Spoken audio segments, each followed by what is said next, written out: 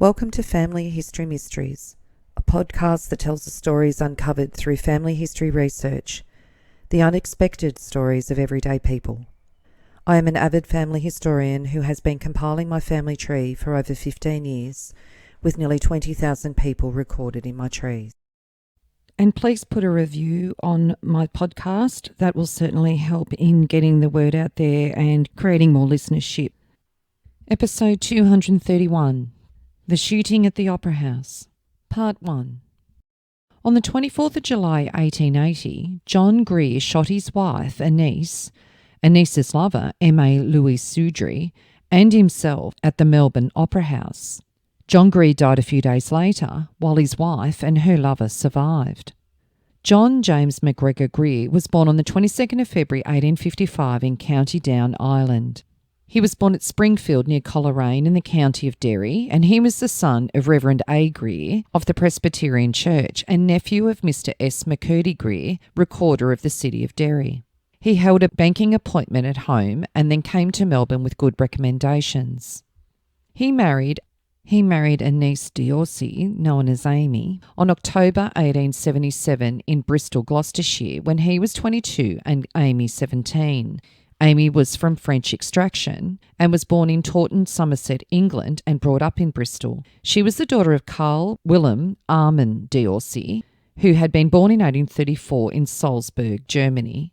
Her father migrated to England and was known as Armand when he married Amy's mother, Emma Selina Bowes, in January 1859 in London. Carl was a professor of languages. Amy was their oldest child out of 3 girls. Pauline was the other sibling who survived infancy.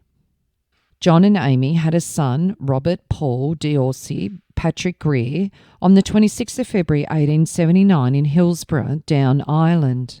And the newspapers had a detailed account of the shocking occurrence on the 24th of July 1880 at the Melbourne Opera House. One newspaper article titled An Australian Tragedy. The latest papers received from Melbourne give an account of a shocking affair which occurred at the Opera House of Melbourne on the evening of the 24th of July. Mr. John James McGregor Greer shot his wife and A.M. Louis Soudry, one of the members of the French Commission appointed in connection with the Melbourne exhibition, and afterwards attempted to take his own life. Mr. and Mrs. Greer and A.M. Louis Soudry were fellow passengers to Australia by the steamer Garonne, which left Plymouth, England, on the 26th of May, and during the voyage an intimacy sprang up between A.M. Louis Soudry and Mrs. Greer. On arriving at Melbourne, Mr. Greer consulted a solicitor on the subject of obtaining a divorce from his wife, but was advised to send his wife home again to England. To this the lady objected and avowed her love for A.M. Louis Soudry. Consequently, Mrs. Greer induced her husband to take her to the opera, and they were seated in the dress circle when Soudry came up and spoke to them. Mr. Greer, without uttering a word, drew a revolver and shot him in the head. He then fired at his wife and wounded her in the head, and fired a third shot at a friend of A.M. Louis Soudry's, which missed its mark. Mr. Greer then put the pistol to his own head and fired, the bullet penetrating to the base of the brain. This left Mr. Greer deceased, Mrs. Greer in a dangerous condition, but Mr. Soudry was likely to recover. Mr. Soudry has resigned his appointment. Mr. Greer was born near Coleraine, County Derry in Ireland, being the son of Reverend A. Greer of the Presbyterian Church.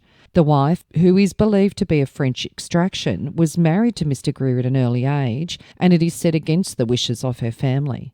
A.M. Louis Soudry, who is about 32 years of age, was formerly accredited to the Philadelphia exhibition of 1876 and then to that held at Sydney last year. On the 26th of July 1880 in the Melbourne Age, there was a detailed investigation into this tragedy, and Mr. Otto Berliner made a statement. Mr. Berliner says, on Tuesday last at 5 o'clock in the evening, a gentleman entered my office and said his name was Greer, that he'd arrived on the Garonne a few days previously. He seemed very excited and came just as I was leaving the office. He said, I believe your name is Mr. Otto Berliner. I am recommended to you as I want to obtain a divorce from my wife. She treats me shamefully. He stood against one of the windows in the front office, and I sat at the table some distance from him. I said, I don't attempt divorce cases because I object to them.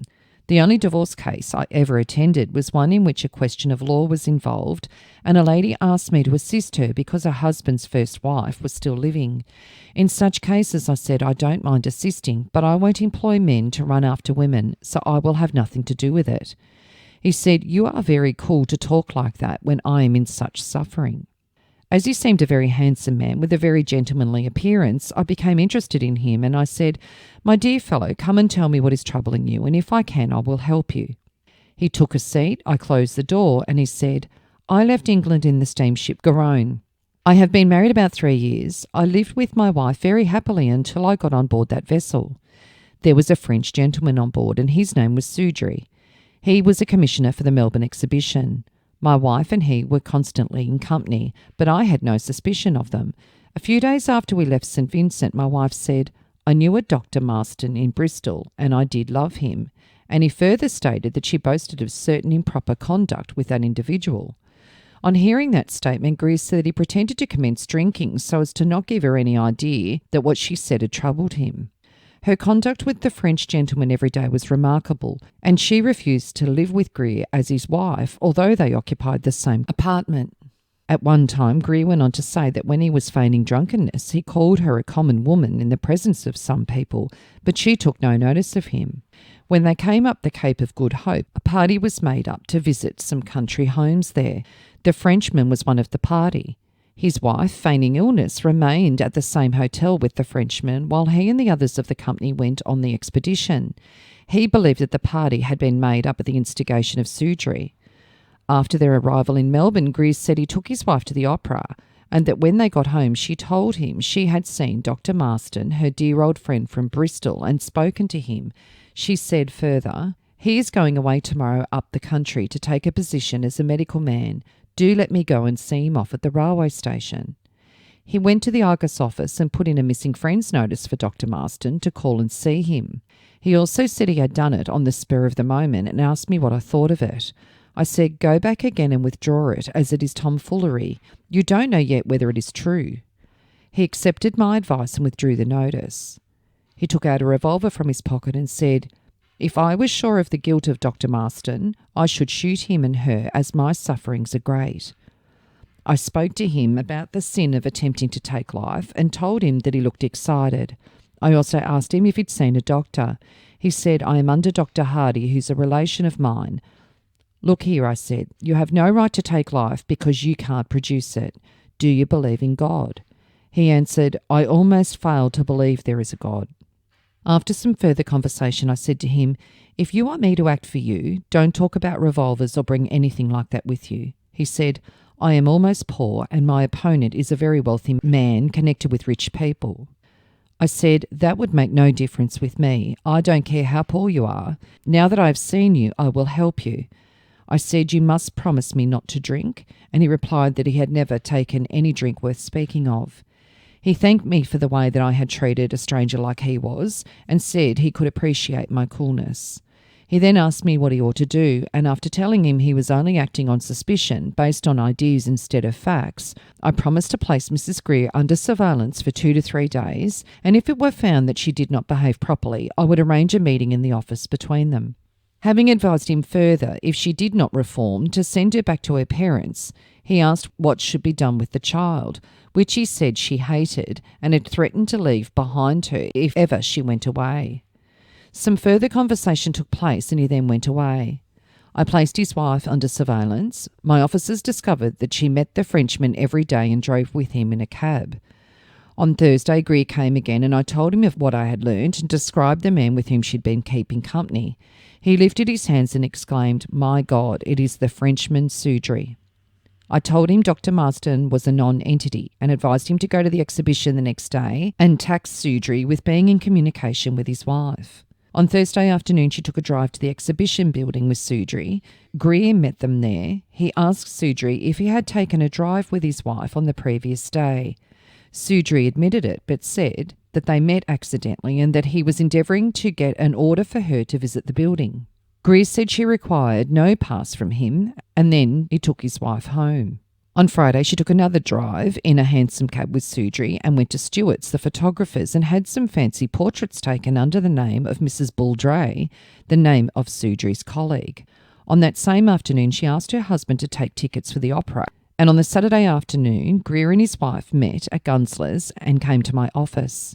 I told them that I wanted to make peace between them if I could, and her husband retired into another room.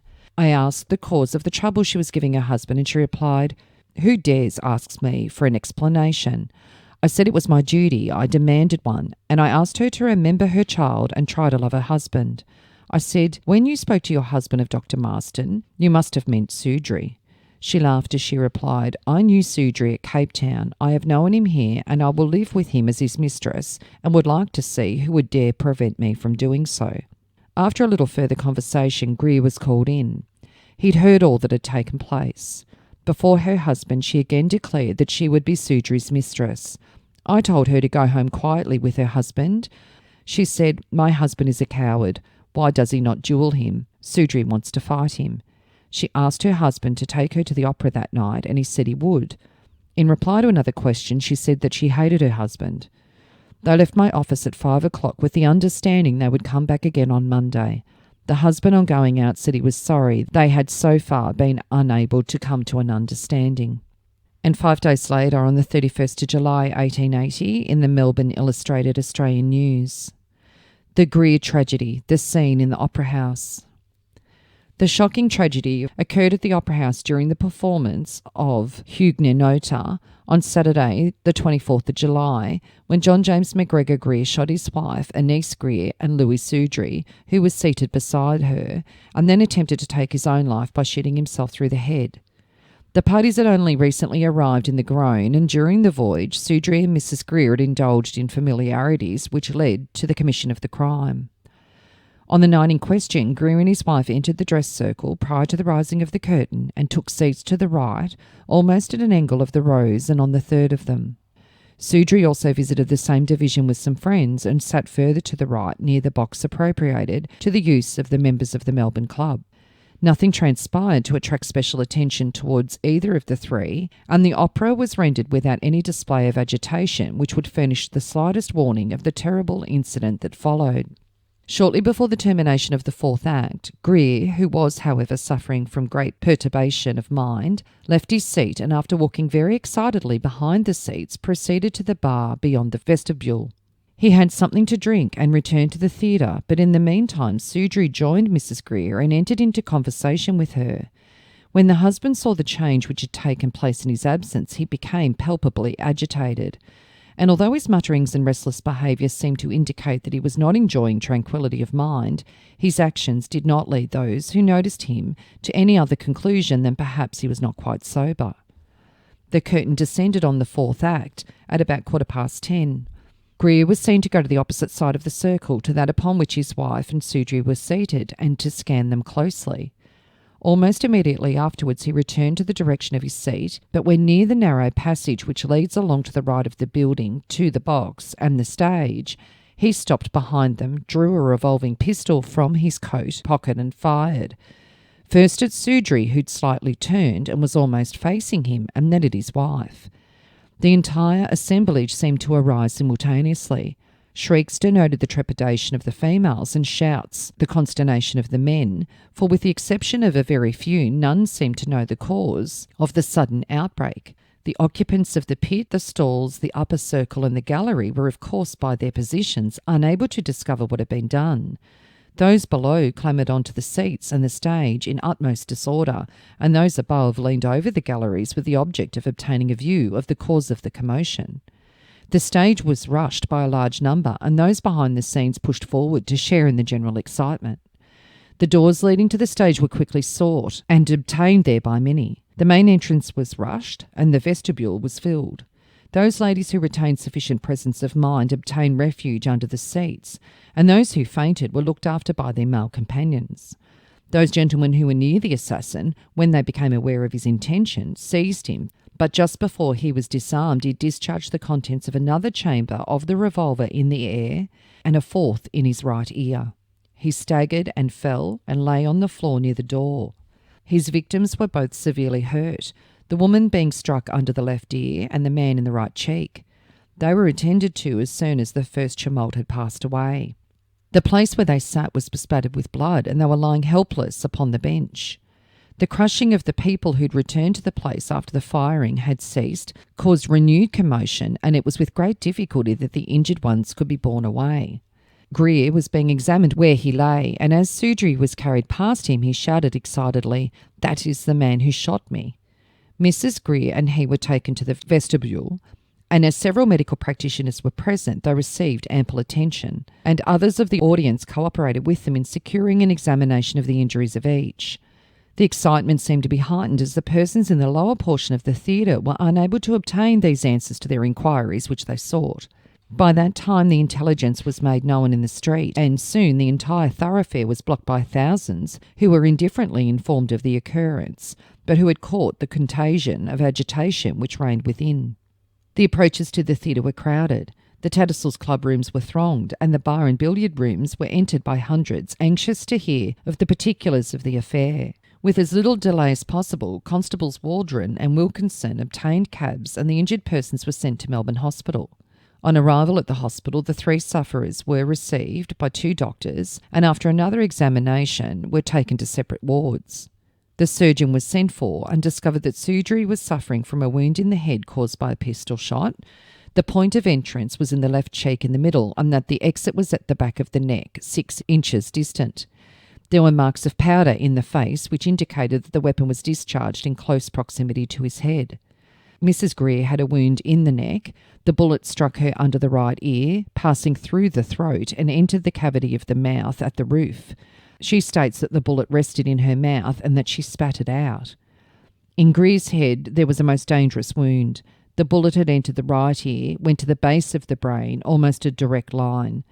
There it remains, although efforts have been made to find and remove it. His chances of recovery are considered to be quite hopeless.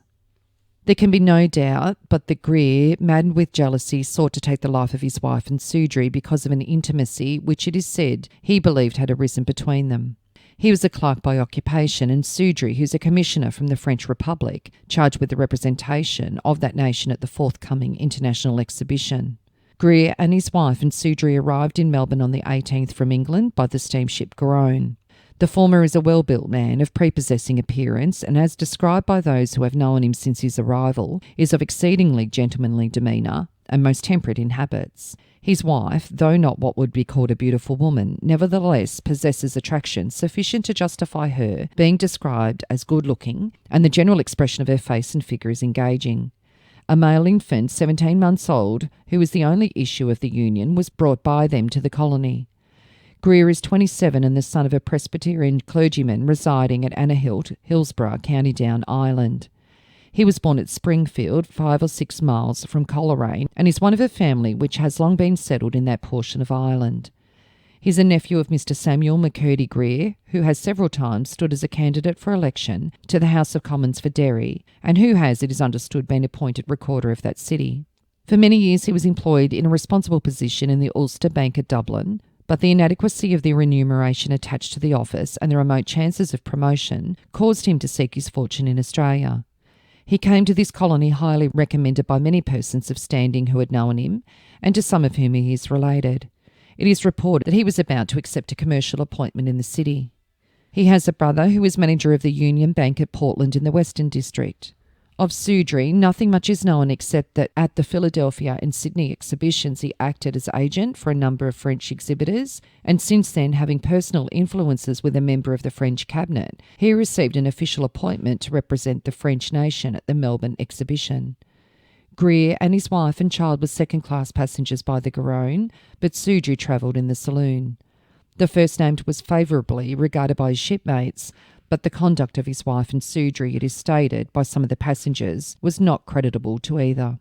On one occasion it is averred that her behaviour was such as to cause the passengers to manifest their disapprobation very markedly. Her neglect of her child and husband and the frequency of her visits to the saloon were much commented upon. On the arrival of the steamer, Greer took his wife and child to lodgings at the residence of Mrs. Morris at Belmont House in Carlton. Her demeanour there was not such as to occasion any misgivings as to her being the cause of any domestic infelicity, but it has transpired since that in addition to frequently meeting Soudry, she communicated with him by messengers. The latter took lodgings at Treasury Place in Spring Street. Greer evinced signs of melancholy abstraction during his stay at Belmont House. There can be no doubt that Mrs. Greer's conduct drove her husband to commit the crime, and her indifference to the fate of the unfortunate man, together with her unseemly solicitude for Soudry, shows how thoroughly her feelings have been estranged from Mr. Greer. By latest accounts, Greer was not expected to live, but the woman and Soudry were progressing favourably. On the same day, 31st of July 1880, in the Melbourne Weekly Times. Incidents of the voyage. The present voyage of the Orient liner Garonne presents many remarkable circumstances, not the least interesting of which at present moment are a few which have been disclosed with respect to the career of Mr. and Mrs. Greer and Monsieur A.L. Soudry. The Garonne, it will be remembered, left Plymouth on the 29th of May with 335 passengers for Melbourne. Throughout the voyage, Mrs. Greer and M. Soudry were always together in the first saloon, while Mr. Greer remained below in the second saloon with the child. So noticeable indeed was the intimacy, we learned from Miss Priscilla Barlow, an intelligent young girl who nursed the neglected child, that the passengers frequently called shame to Mrs. Greer and protested against her continued neglect of both husband and child. She lived their scorn and remonstrance down, however, and kept up the intimacy to the end of the chapter, which so tragically closed on Saturday night. It stated that the pair were the observed of all observers, in consequence of the open way in which they kept up the intimacy, and the surprise was that Mr. Greer could sit quietly by and see what was going on without taking some terrible revenge. The Garonne arrived at Hobson's Bay on Sunday, and during the day the Greers left for Melbourne and took up their lodgings at Mrs. Morris's at Belmont House. And on the 3rd of August 1880 in the Melbourne Argus, the Opera House tragedy, the inquest of Mr. Greer. Dr. Yule, coroner, and a jury of 12 held an inquest at the Melbourne Hospital yesterday on the body of John James McGregor Greer, one of the parties in the tragedy that occurred at the Opera House. The jury went to view the body of the deceased. Its appearance fully corroborated the statements made that the unfortunate man was a fine, handsome young fellow. He had brown hair and well-defined regular features, and at ordinary times must have borne, when alive, a very pleasant, good-tempered expression. No traces of passion and pain which recently stirred him were visible in his face. His remains were covered with a shroud, his head only being exposed. On the right side, the marks of the fatal wound, which at first must have been small externally, were very apparent. Many wreaths and bunches of flowers had been laid on his body. Samuel McCurdy Greer, the first witness, deposed that he was employed in a bank at Portland. The deceased was his brother, and at home had been in similar employment. He was 23. He left a wife and one child. He recently came from the old country on the steamer Garonne and arrived here on the 18th. He met him in Melbourne when he arrived. He noticed a change in him from the last time he'd seen him. He said there was a coolness between himself and his wife, which he hoped to overcome with resistance.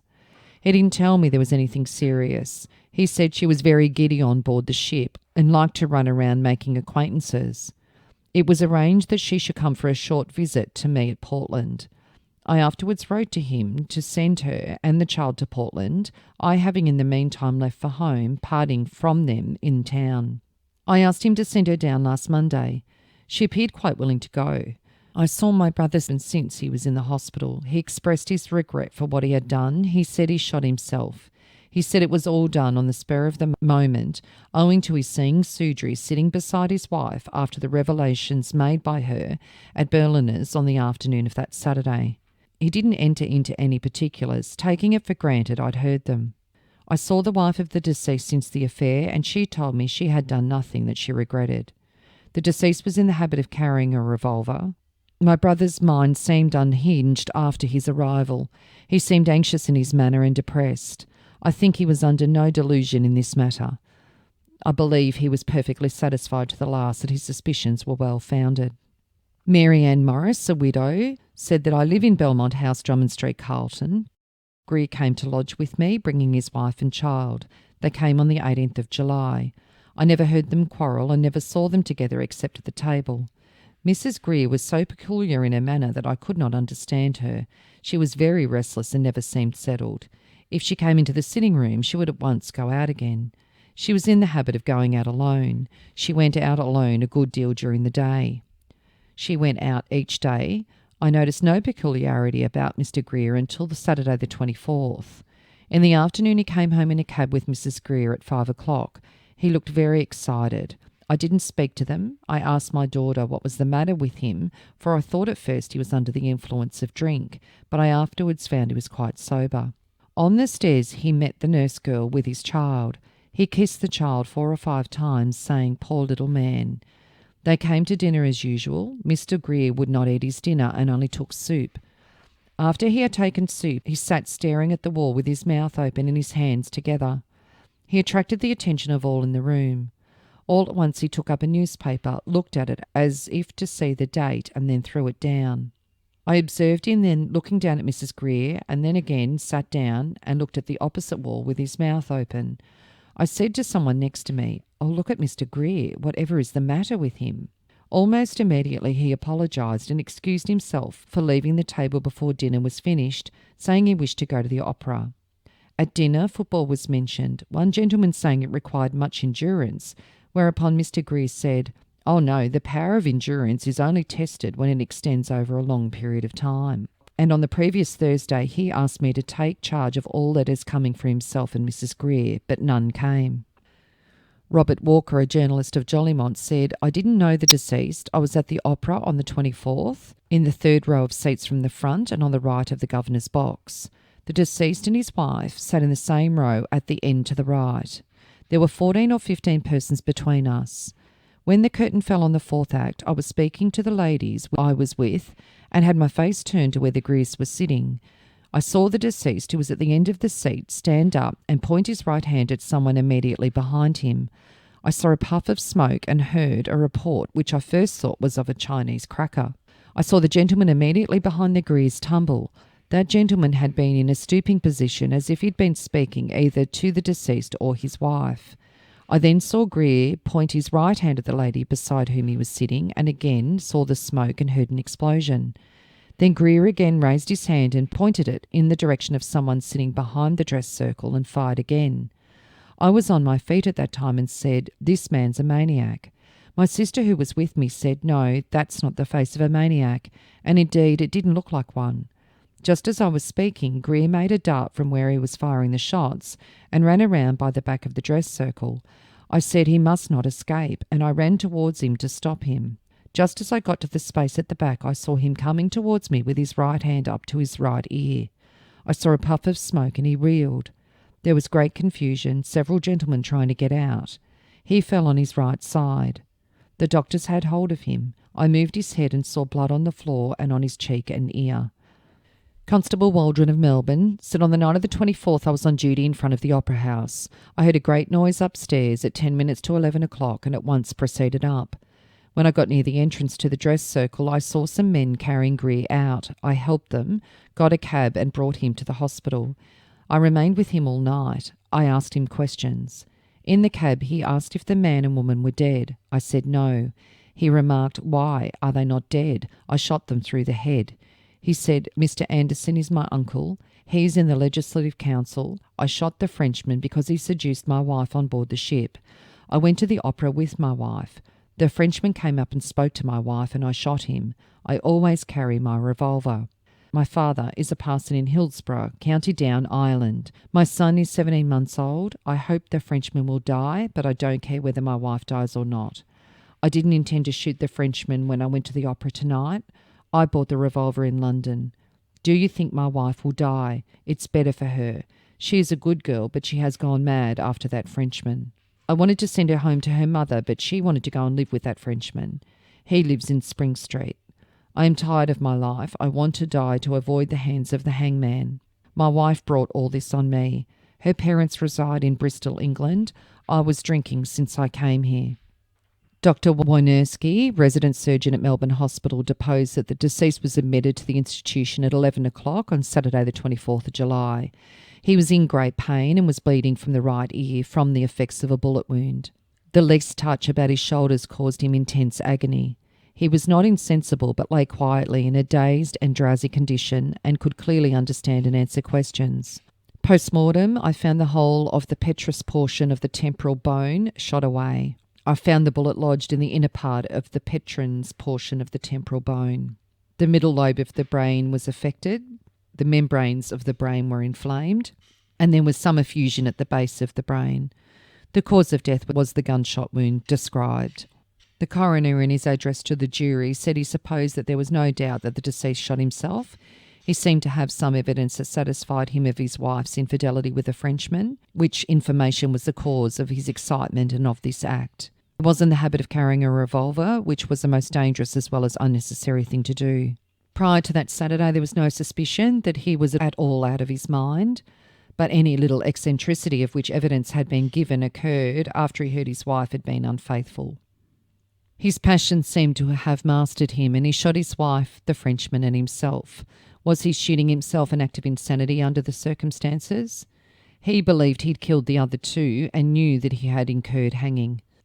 The jury, after consulting for about a quarter of an hour, returned a verdict that the deceased shot himself while in a state of temporary insanity, and the remains of the deceased were handed to his friends. In the New Zealand Mail on the 3rd of June 1882, there was an interesting article.